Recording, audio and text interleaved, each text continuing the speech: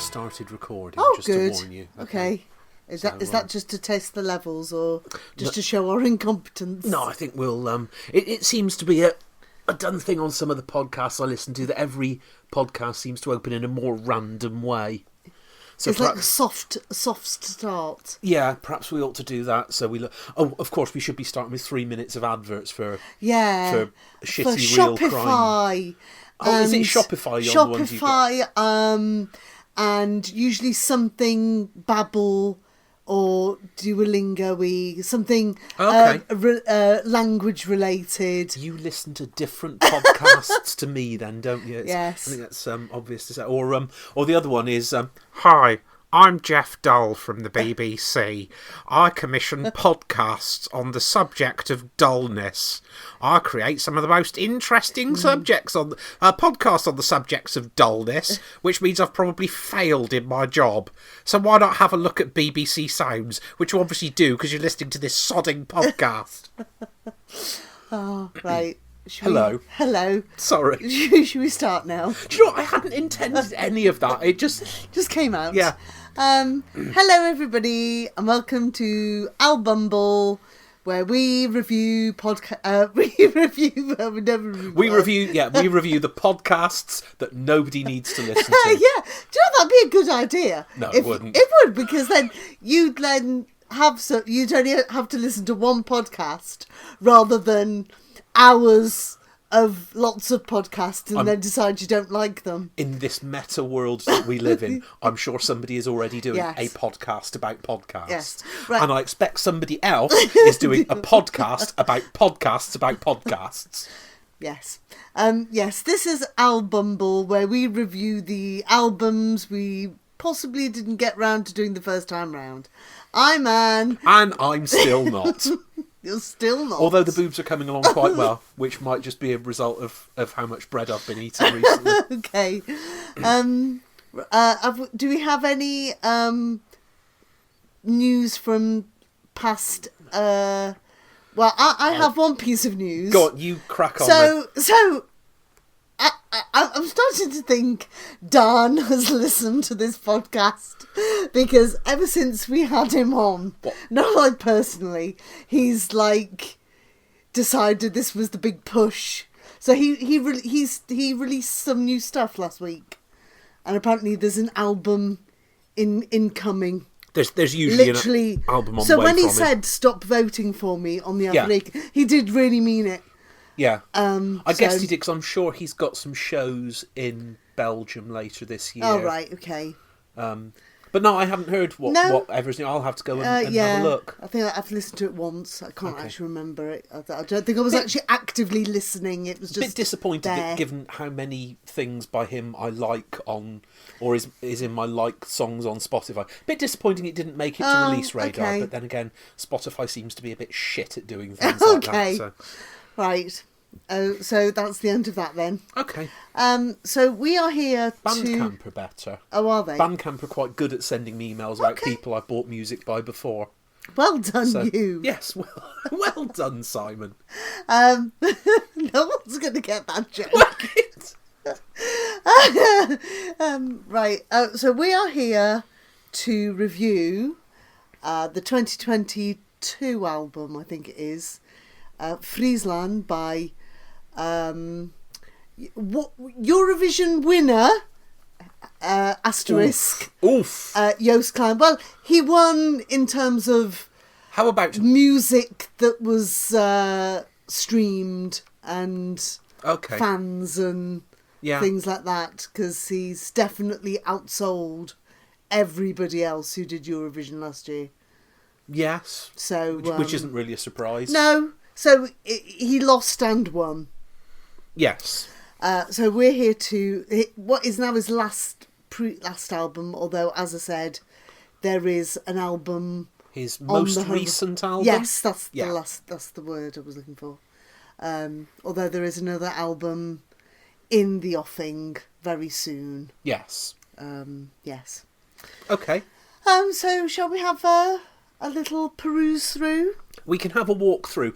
I will say before we start that I'm possibly going to find the track by track quite difficult for this. Because there were certain tracks that I could write down literal things about them. Yeah. But trying to find something that I wanted to say which would add anything to saying, this is a song. Something. Yes, okay.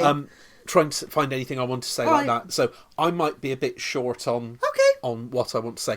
But I think I do have quite a lot of things to say at the end about it as a complete piece of work. Okay. So we'll go and do that. So this album opens with a traditional intro-y sort of song. Yes, called Life Story. Yes. Which basically is basically an introduction to his life, really. Yes. I think it's important to note that Joost had been a bit of a, I don't want to use the word cult, but had been a bit of a niche online YouTube personality for quite a while. Yeah. And then started getting into music, and so a lot of people won't have needed a lot of introduction. No. Because they already knew who he was. But I guess if you don't know, then this is also a good introduction. Yeah, okay.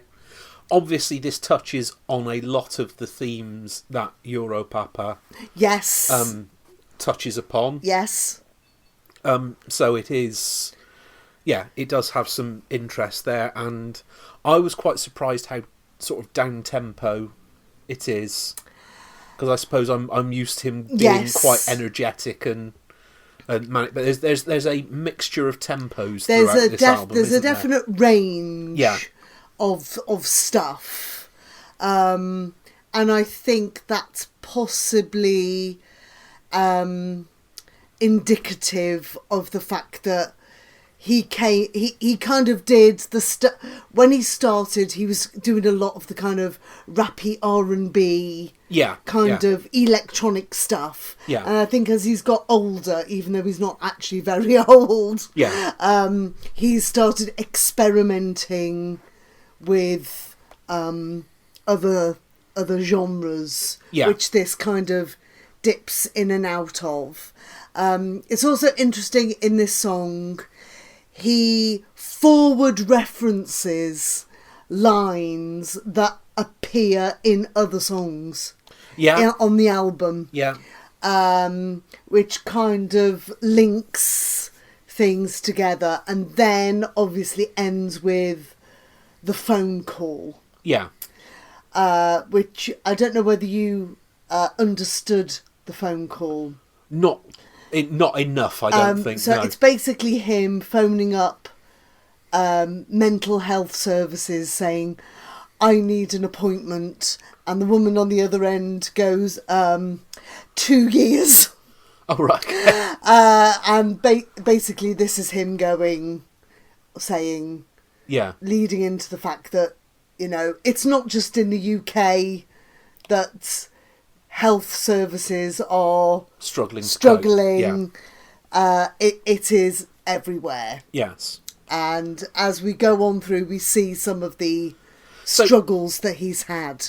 In his YouTube persona before this album came along, had he been sharing a lot of this sort of thing about his personal life and about who he is as a person, or was it... I don't know, but from what I've seen, a lot of it was pranky, teenagery, prattling about, Joe Taskery sort of stuff. Well, yeah. And obviously there probably would have been mentions of his background. Yeah.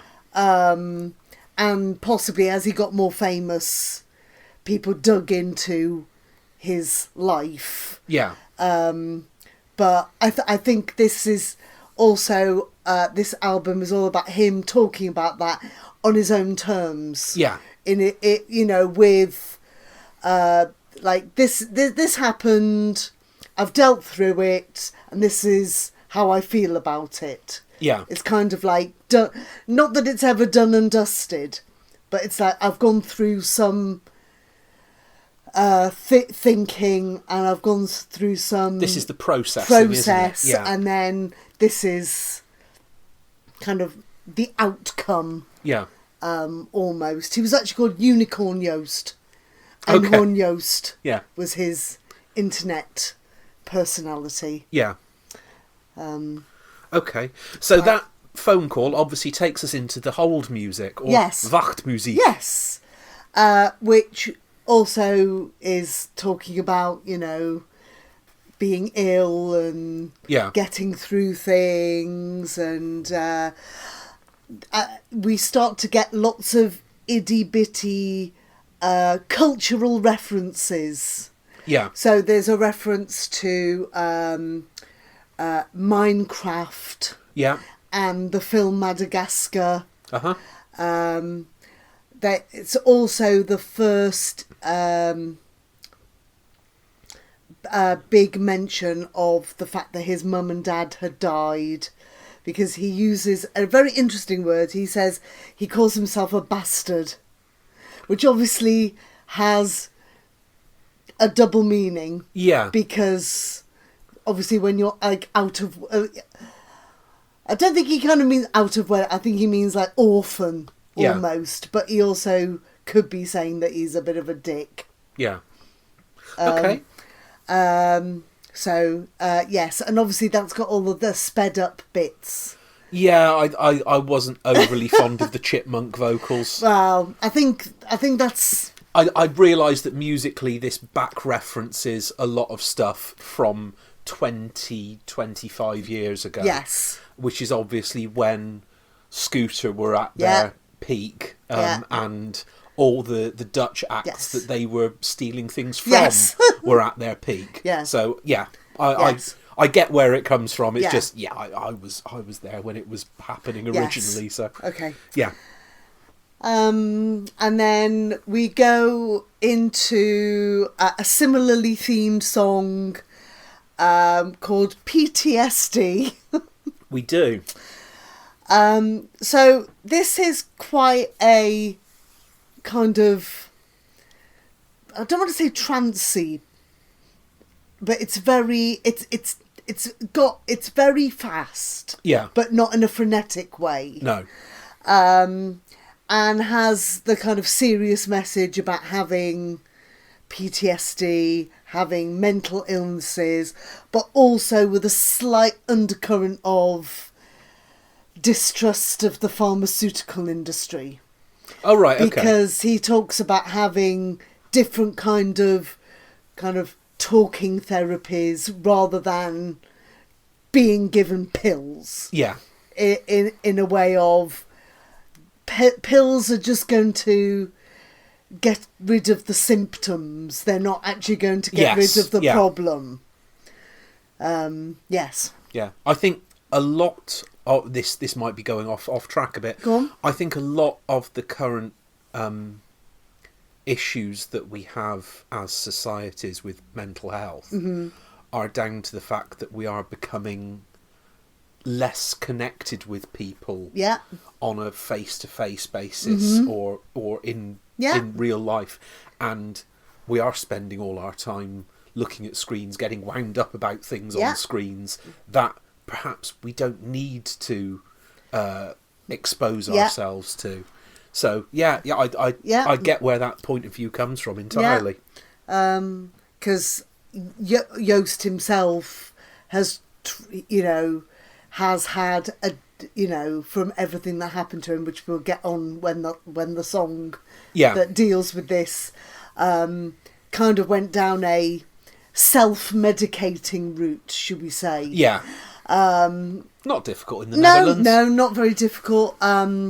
But I think finding ways that don't deal with illegal or legal drugs is he seems to think has been of benefit to him. Yes. And that maybe other people should try that too. Yeah. Right, from there we go into 2002, 2001, or 2002, 2001, which has a lovely rock edge to it, compared to the songs that have gone beforehand. Yes. It's got a slightly uneasy feel to it. Slightly kind of melancholic nostalgia to it, thinking about, I feel like I'm living in the past kind of thing, which you probably would if you felt like you'd missed out on things in your past. If there is a theme through this album, it is that sort of bittersweet melancholia and nostalgia going on all the way through, isn't there? So, okay. So we then go into Joost Klein 4. Yes. Nearly every album has a song called Joost Klein on it. Okay. And he does like the sound of his own name. Yeah. But then again, if you had a name that was 10 letters but 2 syllables, that's quite rare. 10 letters but 2... That would make a great name for an autobiography. Yeah, there you go, Joost. You can have that one. So this one is a little bit more happy. Yes. In the kind of more chipmunks. Yeah. Interestingly, when I look at the lyrics of this one, it always translates it from West Frisian. Oh, right, so okay. Obviously this is in a slight dialect of Dutch rather than... But that might just be Google Translate having It tends to pick up certain words. So if you've got words that are unique to a language, particularly early in the block of text that you're translating, then it's likely to pick that up. But, I think possibly having had 3 or 4 songs that are quite down and maybe down on your luck and possibly a bit down on yourself, this song is very much actually, I'm happy being me. Yeah. I'm proud of my name. I'm proud of where I come from. Yeah. And actually there's a kind of spike. Yeah. Because I feel like we've been on a bit of a down. Yeah. We're having a mini spike. Yeah. Okay. In the album. But I mean, that's a sort of theme that he's played with a lot, sort of pride in the positives about where you are from and how you identify with your place. Yes. So yeah, I think we've talked a lot about being a big fish in a small pond. Yeah. I guess the fact that he's from a very identifiable part of that country. Yeah. And the fact that he's made himself to be a little star. Yeah. A little bit, that sounds very condescending. I didn't mean it. He's made himself a name. Yeah. There, kind of being a bit of a mini celebrity. Yeah. Means that kind of he's made something of himself out of... Basically, what you're saying is he's the West Frisian Wurzels. Well, yes. Okay. On to Florida, 2009. Yes. So... Sorry, 2000. I keep saying 1000 because I've been doing German recently. So, this is the part where I've seen a lot of people talk about this as being a bit of a track pauser, in the fact that this song doesn't really follow on from anything before and after. Oh, right, okay. It's not like anything else on the album. Yeah. So this is the kind of the bottom of the kind of the roller curve. of the curve. So it's basically a poem. So I don't know how much you know about this. I know nothing, so carry on. When Joost was 12, yeah, his dad died. Yeah. Dad had heart problems and possibly something else. I don't know. So he died, and then his mother basically took a turn for the worst, had to be put into some kind of home. I'm guessing some kind of mental health institute. Yeah. To cut a long story short, she died within 18 months. Right, okay. Now, the first part of the song talks about being at the funeral of your dad. Mm-hmm. And then the second verse goes on about being at the funeral of your mum. It is thought that he wrote the first verse after his mum's funeral when he was like 12. Right, okay. And then on the other side of the piece of paper, he wrote the second part when the other way round. So he wrote the first verse when his dad died. Yeah. And he wrote that on a piece of paper. And then when his mum died, he wrote another verse. And that is basically the bedrock of that. Right, okay. So it's very raw. Yeah. It's very economical word-wise. There's not a lot of words. There's not a lot of kind of over-emotion. It's very... I was going to say morbid. I don't mean morbid. It's very... matter of fact. Yeah, quite matter of fact. It's emotional because it's not emotional. Yeah. It's very kind of...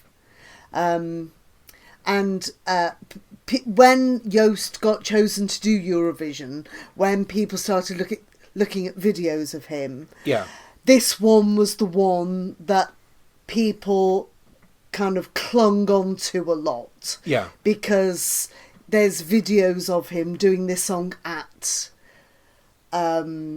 festivals. Yeah. And he's literally sat on the end of the stage, wrapped in a Fryslân flag, crying his heart out and singing the song.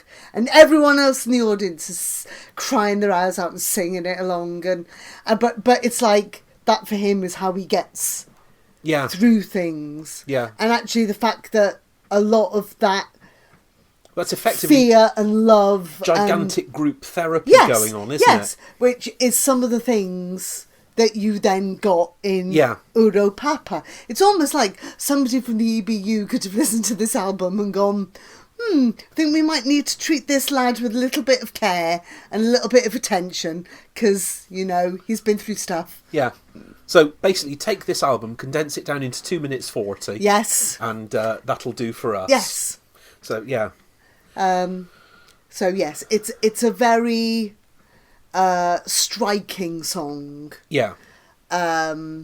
Which kind of really does kind of wring out all the emotion. Yeah. But we do start to come out the other side very quickly. Yes. And then we take a rookpauze. Yes. Which, of course, is a smoke break. Yes, which, let's be honest, Joost smokes a lot.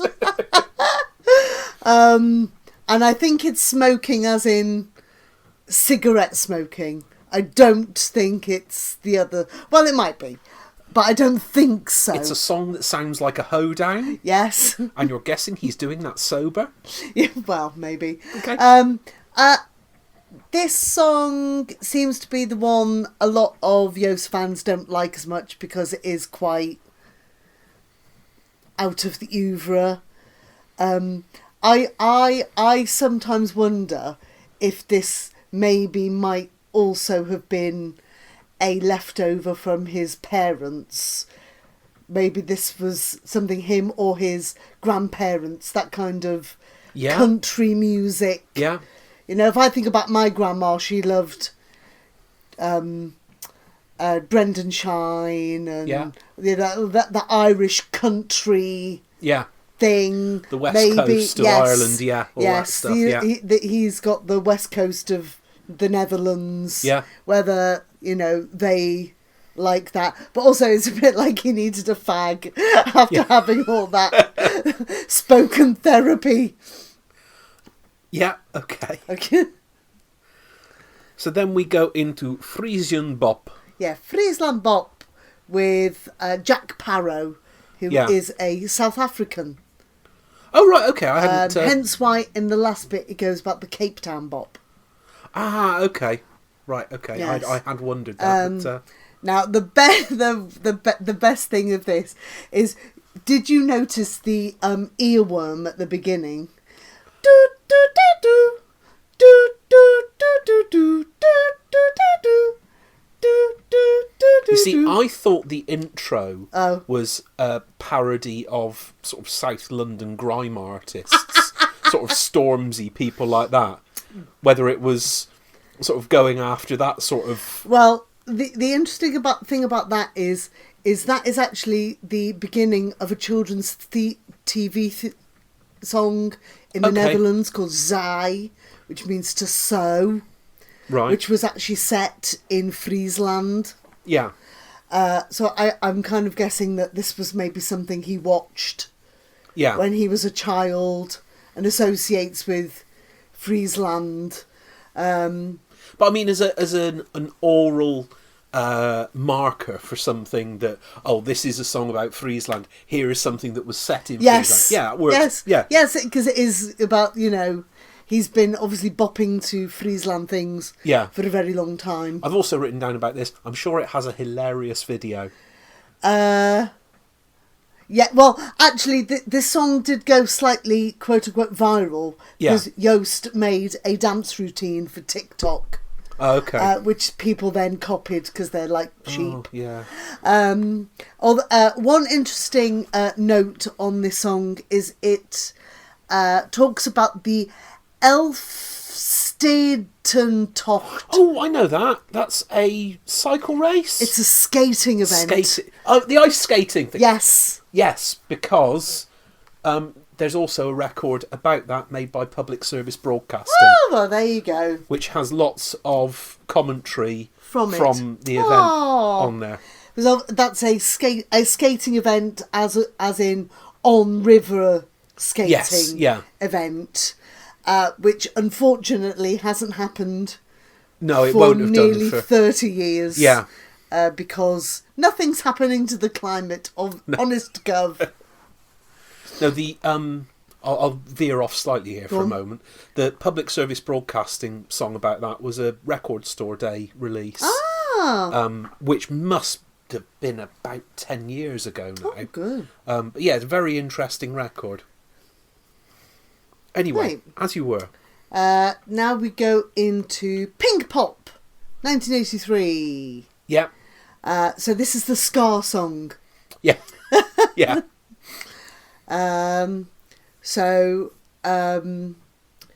This is a song I think even though it's called Pink Pop 1983, I think this is more about the future than the past. Right. I think him having these weird genre of songs is about him finding new things for him to do, finding his own, rather than what he did in the past, which was just do the things he liked and he knew. Yeah. I feel like this is him saying, I'm going to try different things to see what flows. What flows. Yeah.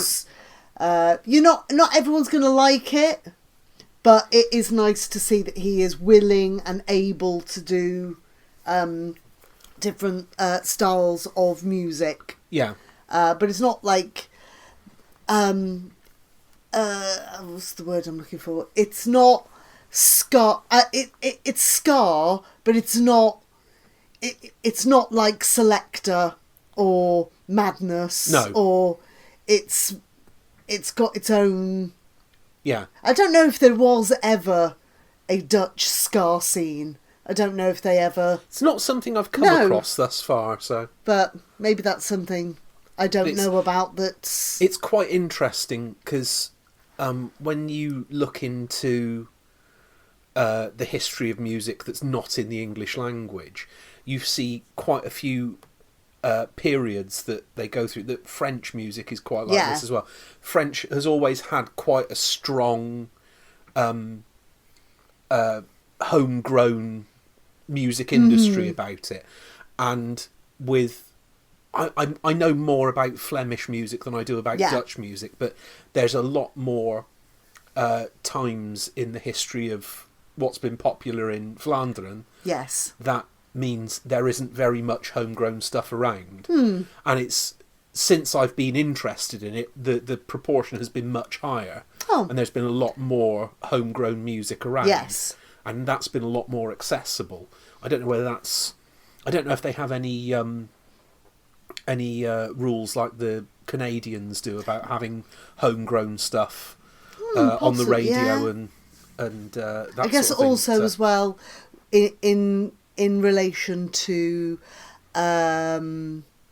radio stations, that obviously it's easier to find people to come into the studio. If they are up and coming bands from, the local area. Belgium isn't that big that people can't come into big city for the day and do something. Because you have Stubru every year do De Nieuwe Lichting, which is like their version of the BBC do the sound of, don't they?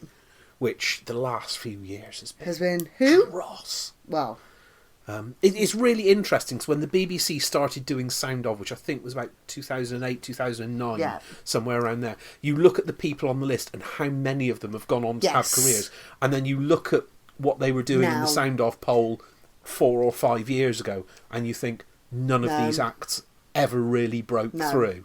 There might be one on there that's gone on to be vaguely famous, and the rest just all seem to have disappeared. Which is quite sad, really.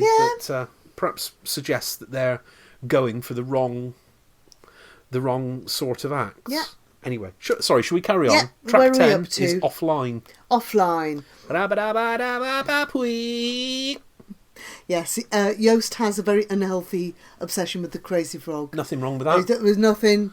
He quite often plays Crazy Frog at his gigs, just as a little. Let's just have a bop.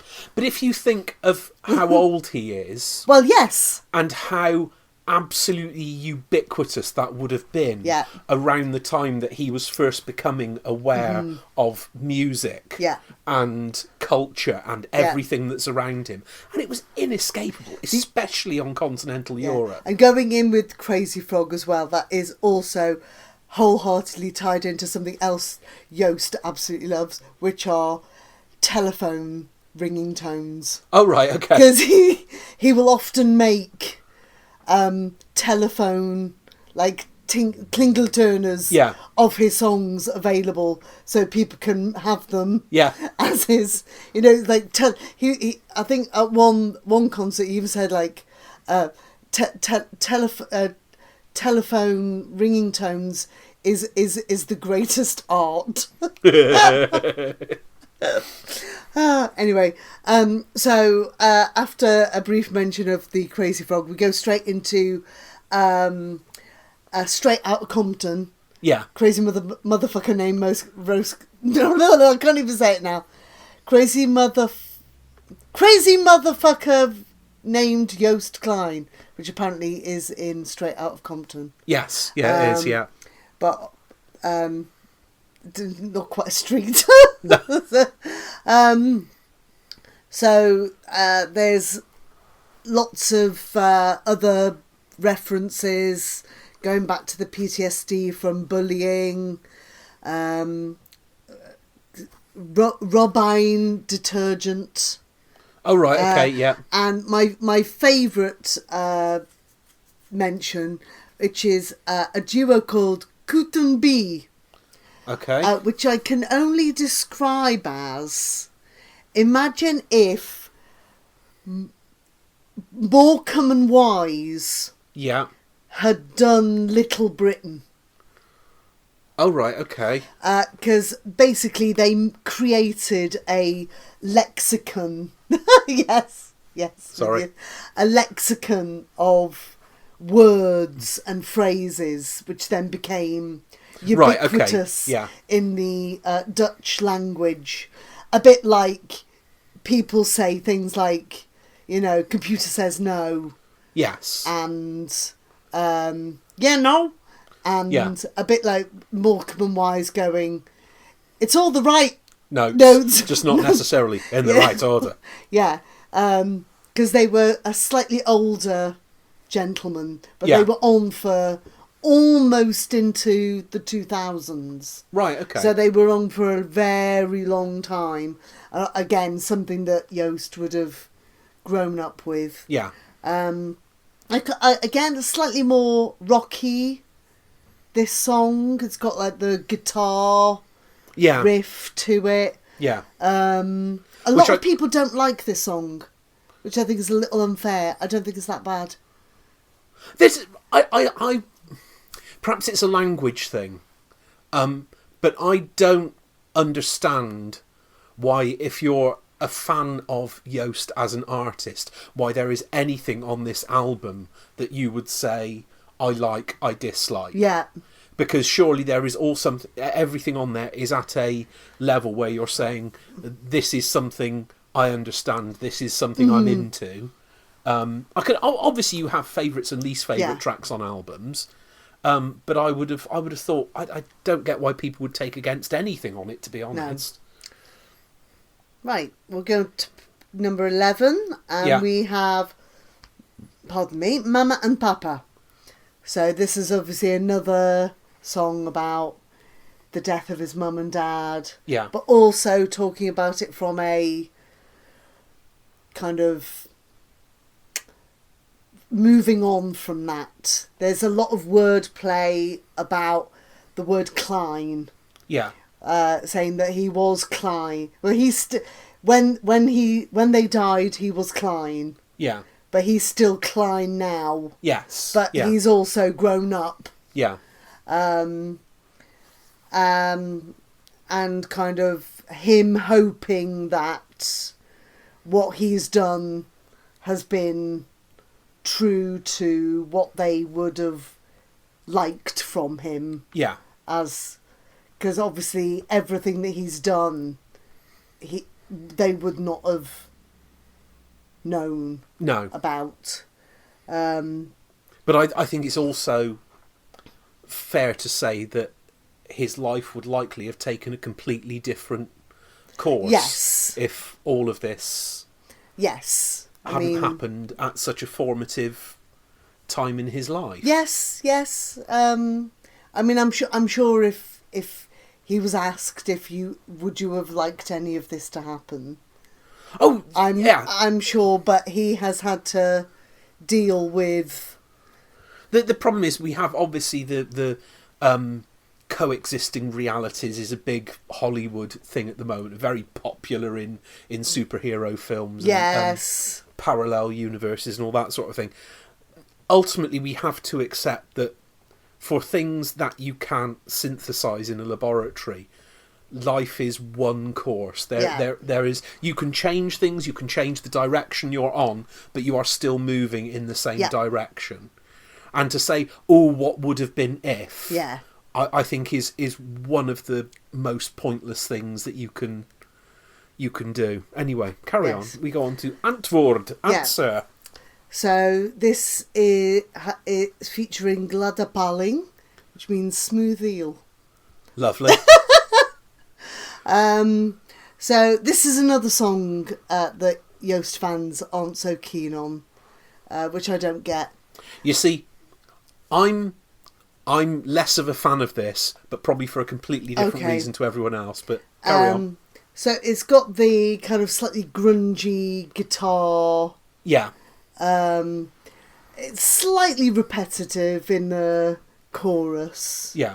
I'm particularly fond of the blah blah blah blah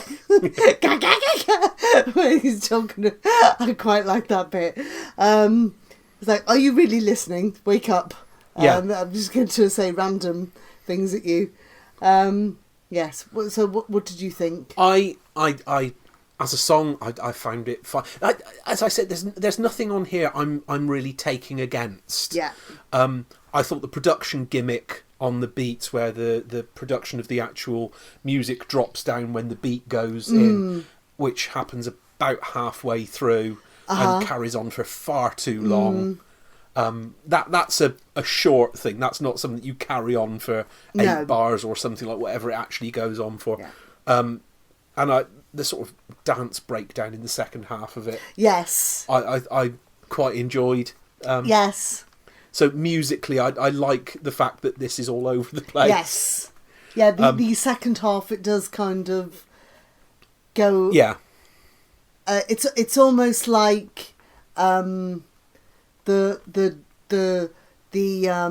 medication has either kicked in or worn off. Yeah, depending on what it was supposed to be doing. But, I accept when you're doing a song like this and throwing so much at it, there are going to be bits in there that annoy people. Yeah. But it's fine, broadly fine, Track 13 is Disco Belgica. Yes, so this features Acid, who is a Belgian, or was, I don't know if he still is, a Belgian YouTuber. Right. And also has some singing by Appy, who was the Blue Bird at Eurovision. You know, the bloke who was dressed up as the bird? All right. No? Okay. I think he's been listening to the Stubru Belgian show, and oh god, what's it called? It's the one that plays all the homegrown music, and it does feel like there's a bit of mockery going on, because obviously there is. I've come across this in sort of going through, particularly Dutch TV. The Dutch do like taking the piss out of the Flemish. Yes. So yeah, I think what's happening at the beginning. Yeah. When he says the lines and he's like, yeah. You're just thinking, like... Because the Belgians get it from all directions. Cause, there's a film I've got up there called Rien à déclarer, which is about a Franco-Belgian border post, which the French have got loads of jokes about the Walloons as well. So obviously the Belgians just get it in the neck from everyone. Everybody likes taking the piss out of them, but Yeah, so it's kind of like 90s vibes. Yeah. I feel like the woman on BBC 4, Top of the Pops. 90s vibes with an eclectic chart mix. Yeah, with the saxophone. Yes. Earworm. Yeah.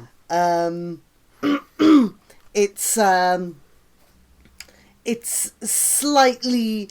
These songs in particular, this song and the previous song, do... Now that we know the direction that Joost is going in, is a bit more indicative of the stuff that he is now producing. Stuff that has a slight retro input, but also has a kind of modernity about it. Yeah. And the final track, Liverpool. So, as Joost says in the song, all good things come to an end. Yeah. Including this album. So, and this is basically him doing a kind of soft finish almost. Kind of... It doesn't go out with a bang, does it? No. We've had that a lot with some of the albums we've looked at. We've had something that's a bit more... This is almost like... The album finished at track 13, and they've let the camera, the microphone on, and they're just gonna have a little chat. Yeah. The after podcast. Yeah. Extra bits. Yeah. This is not the outtakes, but Yes. yeah. So he says thank you to all of his people. Yeah. Including Appy. Which I did quite like. Who was in the blue bird suit. Yeah. Stuncher, who was the other bloke who was on the phone. Yeah. And also gave a shout out to Eurovision's Wim Hof. Now, do you know who Wim Hof is? He's the cold bloke. Yeah. Do you know what his Eurovision connection is there? No. So, you're going to love this because it's the Eurovision song you really like. Is he Roger Pantare's son? No, he is in the video for One Last Breath. Give me one last breath. La la la la la. Yeah. He's in that video. So brilliant. There you go. Okay. And then the mention of Liverpool is in relation to Dirk Kuyt, who's a footballer. Oh yes, yeah, okay. I was wondering what the reference was because I didn't get that on listening to. Obviously, I haven't been in and read the lyrics as much as you have. I guess it's some kind of relation to kind of like the small town boy. Yes. Doing good. Yeah. Which kind of is what this was about. Okay, shall we play the jingling and then we'll have some overall thoughts? Yes. So, do we have any overall reflections on the album? Well, I think that what I'm going to say is going to slightly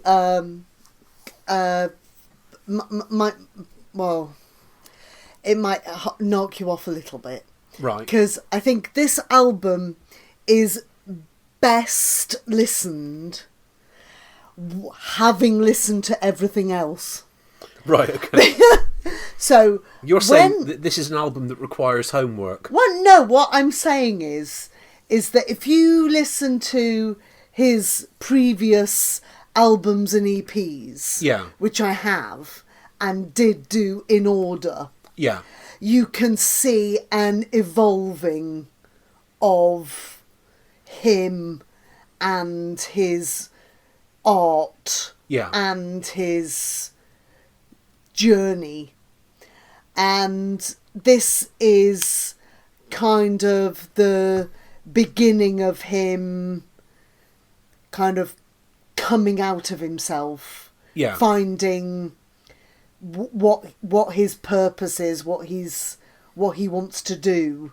Because obviously coming from when he did the YouTube stuff and that kind of thing, and then fell into music, and it obviously took him a very long time to find his voice. He does sound like somebody who is still developing as a performer and as a writer and as a as a creative person. He's not somebody who has found a niche and is saying, this is where I sit. I guess I'm thinking that in the beginning of his career in music and as an internet personality, that there was a source of running away from things, forgetting, and actually coming back and going, actually I can't forget these things. These are the things I need to think about very deeply, so that I can actually move on, which is what I think this album is doing. So as I said, we've got another album. He's had loads of songs out over the summer, and I think there may even be something coming out next week. Right, okay. So he's kind of been dripping, and Carrier, he's had a Carrier duet as well, which is a banger. So I think it's going to be interesting to see where it goes, because it could literally go anywhere. See, I think this does seem like he's trying a lot of ideas out, and obviously there are thematic similarities that run through a lot of the songs. I don't feel that the songs work particularly logically as an album. No. This feels to me like a collection of songs. And again, the fact that all the songs are so short, I don't think any of them is much over 3 minutes. No. You do think this is somebody who is used to creating very short, very snappy, bite-sizey stuff for social media. Yeah. And I wonder if it would be interesting to hear him work with somebody else as a producer, or in a direction with him to sort of say, flesh this out a bit more, make this into a 4-minute song, give it a proper intro, because all of the songs start very quickly. Yes. Everything starts very quickly, and you can tell that he's used to dealing with this medium where he needs to attract somebody's attention in a matter of 5 seconds. Otherwise, they'll go off and do something else. And I think if he's serious about making music and being a recording artist, as opposed to being a YouTuber and somebody who makes videos, excuse me, then I think that might be the next area to develop. Yeah. But I think that's all I have to say on that, because listening to it, it does feel like quite a bombardment. Yes.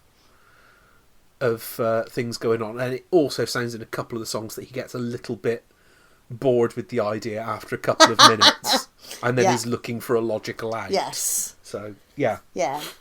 I mean, Tantu Beats, who is the person who does most of his